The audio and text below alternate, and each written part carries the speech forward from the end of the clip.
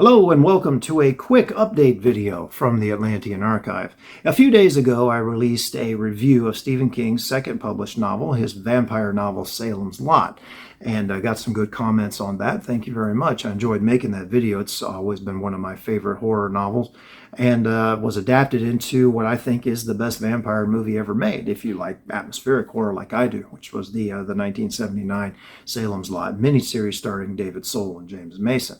Well, in that review, I mentioned that a theatrical version of Salem's Lot had been filmed, but was currently in limbo. And the reviews that I had been seeing, the rumors out there from people who supposedly knew something from those who had been given sort of a sneak peek at the movie, were saying it was not good.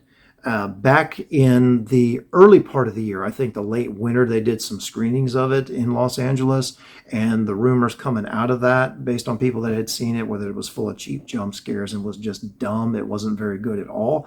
So what's interesting about that is it was slated for release in theaters sometime in the spring, I think at a March or May date, and that got canceled just out of the blue. We got a couple of movie posters, but no trailers even or anything. It was really mysterious. I mean, they had shot this whole movie and were just about to release it, but we weren't really getting any kind of promotionals. It's like they were really hedging their bets on this for some reason. And then the rumors started coming out that it just wasn't any good. And then more rumors followed later on that the film was going to be maybe going into reshoots and it was going to be released sometime in October for Halloween. Well, obviously that didn't happen either. Still no trailers, no nothing like that. And everybody's thinking, well, you know, what is this? Apparently it's no good after all. So I suggested that this film looked like it was heading for either a streaming service or maybe direct-to-video release if the production company didn't think they were going to be able to make anything on it, if they figured it would bomb at the box office. Well, what's interesting about that is the very day after I came out with that review, I saw an article in Variety talking about the future of Salem's Lot and trying to address some of these issues. Apparently, Salem's Lot is now slated to be released on Max. Warner Brothers has decided to release it to its Discovery streaming platform. This is quoting from the Variety article. A source with knowledge of the back and forth says the movie is not the move to Discovery is not a reflection of the film's quality, but is due to the fact that the ongoing SAG-AFTRA strike has created a growing need for Max content. Salem's Lot is one of a few Warner Brothers films targeted to make the jump, but a Warner Brothers spokesperson said no decision has been made about the film's future distribution plans. So when I saw this, they were saying, look, we've decided we're probably going to go ahead and just release this thing directly to a streaming service because of the Writers Guild strike and all of that. But it's not a reflection on the film's quality. But given everything I had heard before, and after a couple of times that this thing's been put on the shelf, I'm thinking, yeah, right, this movie sucks probably.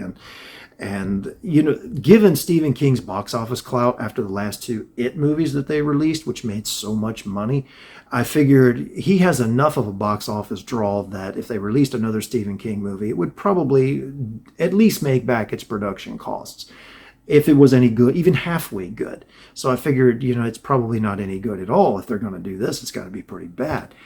Well, now I don't know what to think, because right after that, Stephen King himself weighed in on this. He tweets this out just the other day. The Warner Brothers remake of Salem's Lot, currently shelved, is muscular and involving. It has the feel of old Hollywood, when a film was given a chance to draw a breath before getting to business, when attention spans were longer, in other words. Then he follows up with this. It feels like a horror movie version of slow burn movies like The Great Escape. It builds very well. There are diversions, yes, from the book I don't agree with, but on the whole, faithful. And then he goes on to say this: best scene, Danny Glick in the hospital trying to claw down a blood bag. The Glick scene could have been directed by John Carpenter in his prime. Now, yeah, that's considerable praise coming directly from Stephen King. I mean, I guess he could be making it up to, you know, bolster this thing or whatever. But when he specifically goes into details like that, it has the feel of old Hollywood. It's a slow burn. And in my review of the novel, I said that's exactly what made the 1979 miniseries such a great adaptation. It was a slow burn. You can get into this book And for the first 100 or so pages, not even realize you're reading a vampire novel. That's just the way it builds. It sets the town up as a character itself. It brings all of the named characters on screen. It takes its time building up before the horror really takes off. And that's what the 79 miniseries did. And I think that's what you have to do in order to do justice to the novel if you're going to adapt it in any form for the theatrical release or for TV for that matter. And so when Stephen King came out with this, it really kind of threw me. I'm like, well, here I am thinking that this thing sucks and all the evidence seems to be pointing that way. And then King comes out and says, no, this is actually really good. So the only thing I can think of is that maybe the studio doesn't have enough faith to do a theatrical release because it is a slow burn, old Hollywood type film. And they just don't think modern audiences will go for that anymore. So they're afraid it won't do well. But it's actually a good movie. So who knows? Either way, I guess we'll find out before too much longer once they finally make up their minds what they're going to do with it. But yeah, for the moment, this looks like where the film is heading, just going to a streaming service release. But the author himself seems to think it's good. So I guess we'll see. We can hold out hope that this is actually a decent adaptation of one of Stephen King's greatest novels. Anyway, I wanted to bring you that update. For those of you who have not seen that, hope that'll be helpful to you. Until next time, thank you. God bless.